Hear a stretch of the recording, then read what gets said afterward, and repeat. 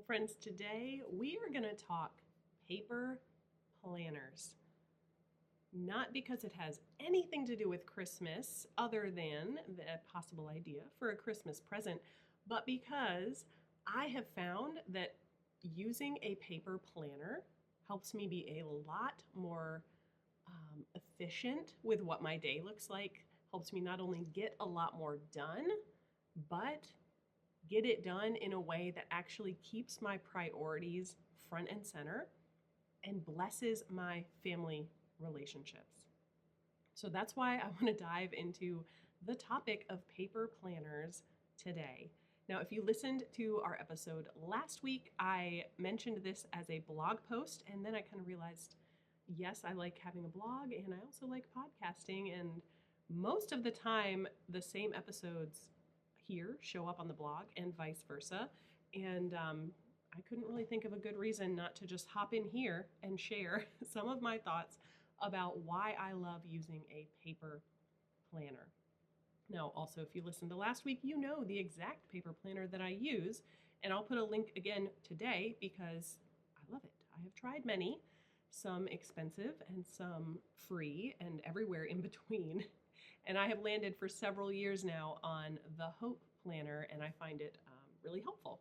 And so this is just kind of building on some of the thoughts that I shared last week about how I am finding over the last few months that how I manage my time really has a big impact on how I manage my temper. And I'm not going to certainly take our time today to repeat everything that I said last week, but if you struggle with feeling kind of impatient or frustrated whenever you're interrupted or when things are not quite going according to your picture perfect plan, or you have to change things in the middle of the day, if that's frustrating and you're struggling with that, definitely circle back to last week's conversation. But today we're really trying to set the stage for next year, right? We're about to turn the calendar page. It's a whole new year. You're going to have new goals, new priorities. And today I'm hoping to convince you that the best way to achieve those goals is with a paper planner. I love the Hope Planner. There are other good ones out there.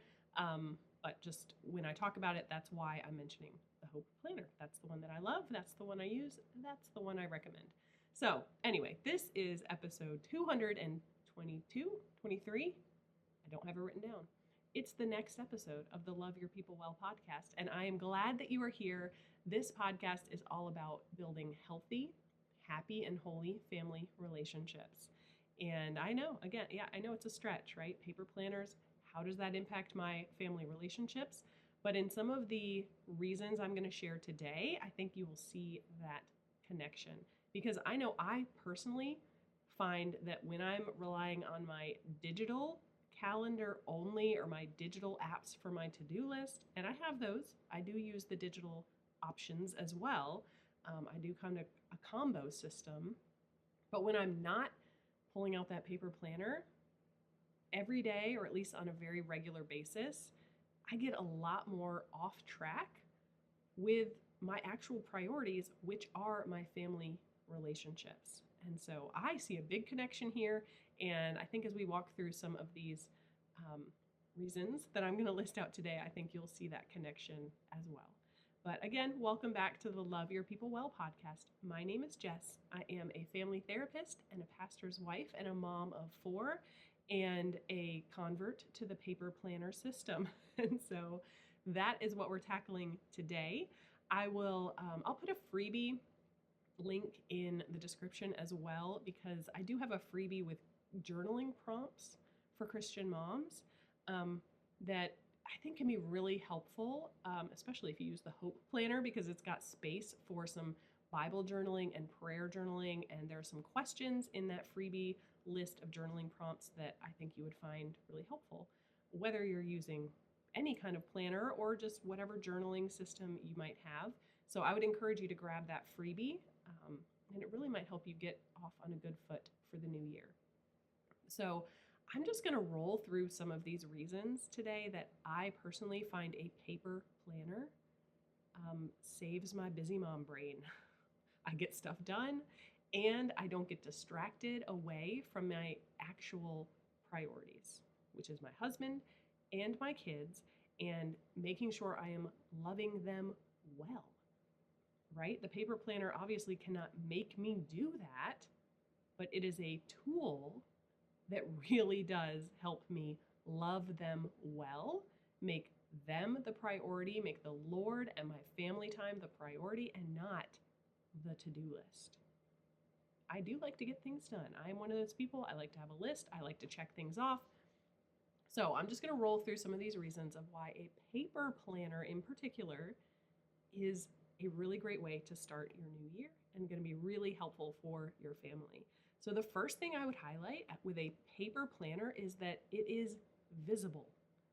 It is an actual thing that I have to pick up, whether it's to use it or to move it.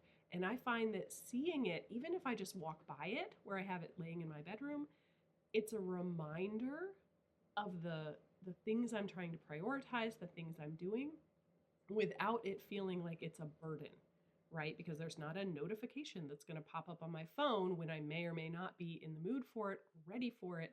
So it's just like that little visible reminder that, at least where I put mine, I put it on a bookshelf in our bedroom when I'm not using it, obviously, or writing in it at that moment.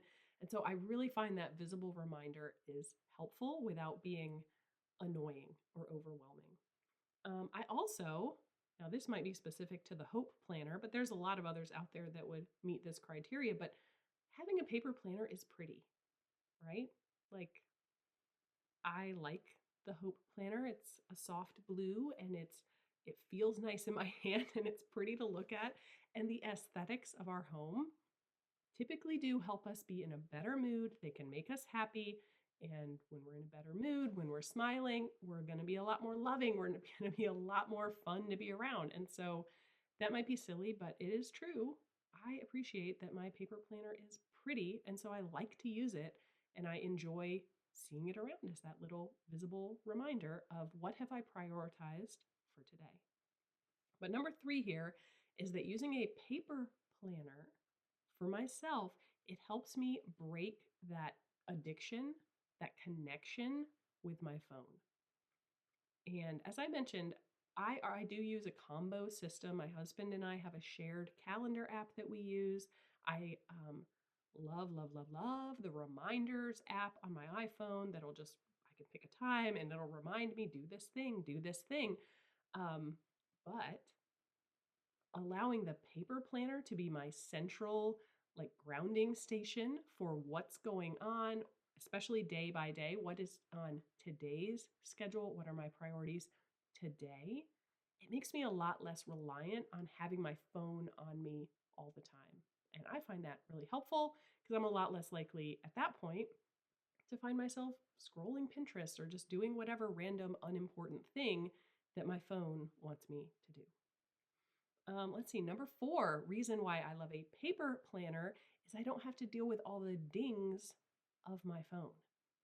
And like I said, I get dings from the calendar app, I get dings from my reminders app that I use, but those are only the actual, like I'm more specific about what I put into my phone to ding and remind me of.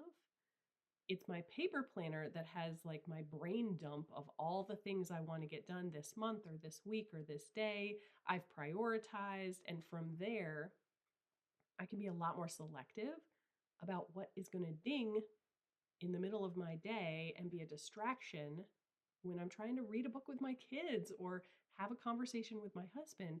I don't want my phone ding, ding, dinging the whole time. Sometimes we think that we are not distracted by it. Oh, I noticed it, but it didn't actually distract me. I didn't even break eye contact. But your brain took a little bit of time and energy away from that person, and it actually does impact us a lot more than we think it does. Number 5 here is that because it's a paper planner, I get to decide, when am I going to use it? How am I going to use it? I have to be more intentional about it. And I've had some episodes, I think a month or two ago, I talked through some of my morning routine, which I love. I will get up early for my morning routine. I really enjoy it. I find it meaningful. I find it helpful. And a big part of it is pulling out my Hope Planner and reading the Bible and praying and kind of journaling through that and then planning out my day. But I really like that because it is paper. I get to decide when am I going to be planning and strategizing and prioritizing. And I can't just like pull out my phone at the grocery store and find myself getting stressed out about all the things, my to-do list, I need to plan this thing, because I have to actually get out a big book and a pencil or a pen to do that. And so I personally find that really helpful to have that self-control over what am I doing and when am I doing it. Number 6 here, um, and this probably is more specific to the Hope Planner as my paper planner, but the flow that it has, it prioritizes reading some scripture and then praying, and then it has space to plan out your day with your schedule, with some white space for your to-do list. It has a spot for habits you're tracking or meal planning and things like that. Um, but again, because it's on paper, I really like journaling. I like taking notes and jotting down my thoughts or observations or prayers while I'm reading the Bible. I like writing out a prayer list. And I have a prayer journal that I use a lot less, actually, now that I do the Hope Planner. And but I still pull that out when I really need to wrestle through something, and I think it's going to take multiple pages. But because I am a journaler and I like using paper for that, and there's plenty of research about how writing things down, our brain processes that very differently than texting it or typing it out. But because I'm using a paper planner that has space for me to do that, to do my Bible journaling, to do my prayer journaling, I get to have everything in one place. And I personally really find that very helpful. I get to do my journaling and it's connected with my planner. It's not like this separate thing that I have to make time for and have another thing to keep track of. So I personally find that very helpful. Number 7, if you are a list person like I am, let's be honest, checking things off the to-do list, it feels different to pick up a pen and check something off than to click the little button on my phone that makes it just disappear. I love checking things off a to-do list. It feels good. It feels like an accomplishment, and a paper planner helps me to do exactly that. Number 8 here, using a paper planner, I find that it models for my kids. Now, my kids are 5, and so they're not really dealing with planners or schedules or things like that. But I think it's modeling 2 things for them, right? This is actually my number 8 and my number 9. It models for my kids that planning out your day helps it to go more smoothly. I'm not just like taking things as they happen. I'm not at the whim of whatever spontaneous thought I have. I'm not at the whim of my brain to remember something, because mom brain, hashtag mom brain, right? Like, I will not remember it if I don't write it down. And I think that's helpful for my kids. They will often come out when I'm doing that morning routine, like toward the end. They're always waking up, they're coming out, they're trying to find out, what are you doing, mom? What's going on? When can I come out of the room? Because we use one of those green lights. That light has to be green to officially start the day. But they see me planning out the day, thinking things through, and then we can talk about it at breakfast. This is what's coming up today. This is why we're prioritizing it. And then also, though, it models for my kids that not everything in life has to do with my phone or my computer. I spend probably way too much time anyway on my phone, on my computer, but I try to be very intentional not to do that around my kids, unless it, during their quiet time. That's my computer time usually. So yes, they see me on it, but it's not stealing time or attention away from them, because that's our rest time, and I'm not really doing much with them at that point anyway. And it models for my kids that not everything in my life is about my phone and my computer. So reading actual books, using an actual paper planner, I find that is a helpful modeling thing for my kiddos who are, they're going to be digital natives. They're going to be way more comfortable with their technology than I even am, but they're only 5. They don't need to start that yet. My next reason, right? I've got 15 here. This is number 10. Because it's a paper planner, and the Hope Planner is way too big to stick like in my purse. I'm not carrying it around with me all day. And so I use it less often. which means it has a more clear purpose. It's easier to kind of, as I said before, to be intentional. This is when I'm going to pull it out. This is when I'm going to use it or review it or double check something, and then I'm going to put it away. And so I find that that makes it easier to prioritize and then move on and get stuff actually done instead of constantly feeling like I need to be planning or reviewing because I'm on my phone and I could be doing it here or there or anywhere. Number 11, I can make it a part of my daily morning routine, which again, I'll try to mental note here. See if I don't write it down, it might not happen, but I'm going to try to make a note to put a link to that episode in the description for today. Um, but I can have my planner as part of my daily routine, that morning routine, without starting my day with technology. I can pull out my paper Bible and my paper planner, which I love the Hope Planner, and I can get that part of my day done, my Bible time, my prayer time, my planning time, without ever touching my phone, my computer, even my smartwatch. I don't have to use any technology, which is a much healthier way to start the day. Number 12 here, my calendar, my schedule, my to-do list, even as I said, the Hope Planner, and I think most planners, they have like a goal section at the start of each month. All of that is in one place. I don't have to keep track of a lot of different things. It's even got a spot for my memory verse, for habits that I'm trying to track, for my meal planning every night. Personally, I wish I used that part better, but I don't. I use it sporadically. But it's all in one place. I can pull it out, open it up, and see basically any of those different things that are a part of my normal life or that I want to be a part of my normal life.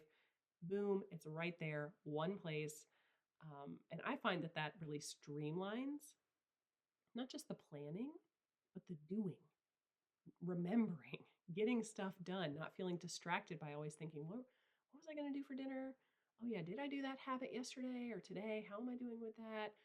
What am I praying for? Like, I don't have to remember. I can just write it down and it's done and it's there and it's all in one place. Number 13 here, pen and paper. This is probably one of the reasons, as research finds, your brain processes it differently than if you're texting or typing. But pen and paper slows me down. I can't rush through things in the same way, which means I'm actually engaging with scripture more. I'm engaging with my prayers more. I have to actually think through my priority list a little bit differently because I can text pretty fast. I can type really fast, but I can only write but so fast. And so I find it helps me to go a little bit slower and to actually get more deep thinking done. Number 14 here, physically writing down my notes for the week or for the day. It actually helps it stick in my brain more, and I'm less likely to need to pull out the planner, less likely to need to put that reminder in my phone to ding, because I already wrote it down once, and that helps it stick in my brain better. I found that even way back when in school, when I would take notes, when I would write note cards for studying, I didn't really need to use them. It was just the writing them that helped it stick in my brain. And it's still true today with a paper planner. And then number 15, I really like with a paper planner. You could probably do this with a digital app or whatever, but I personally find it easier, way easier with a paper planner.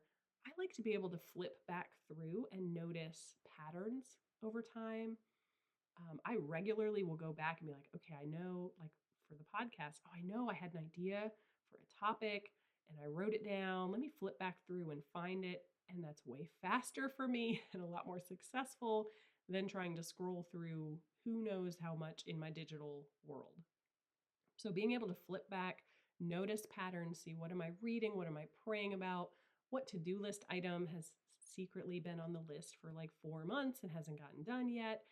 I can notice those patterns so quickly with a paper planner compared with a digital planner.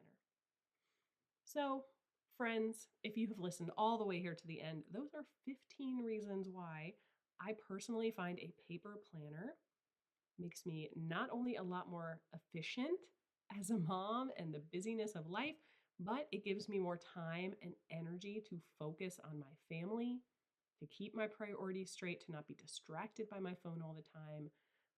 I'll put a link to the blog post if you are a reader and you want to read through it.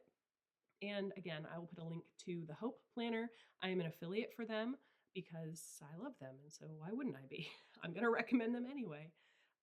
But I'll put a link there in the show notes. And I would really encourage you to check it out for the new year. It could be a great Christmas gift item. Um, and I think any paper planner, if you're using it well, is going to be a blessing to you personally and to your whole family through how it then shapes what you're able to do with paying attention to them and getting things done. So, just some thoughts here from me, and I'll put all those links below, and I'm going to sign off. So, until next time, my friends, hugs and blessings to you. I'll talk to you soon.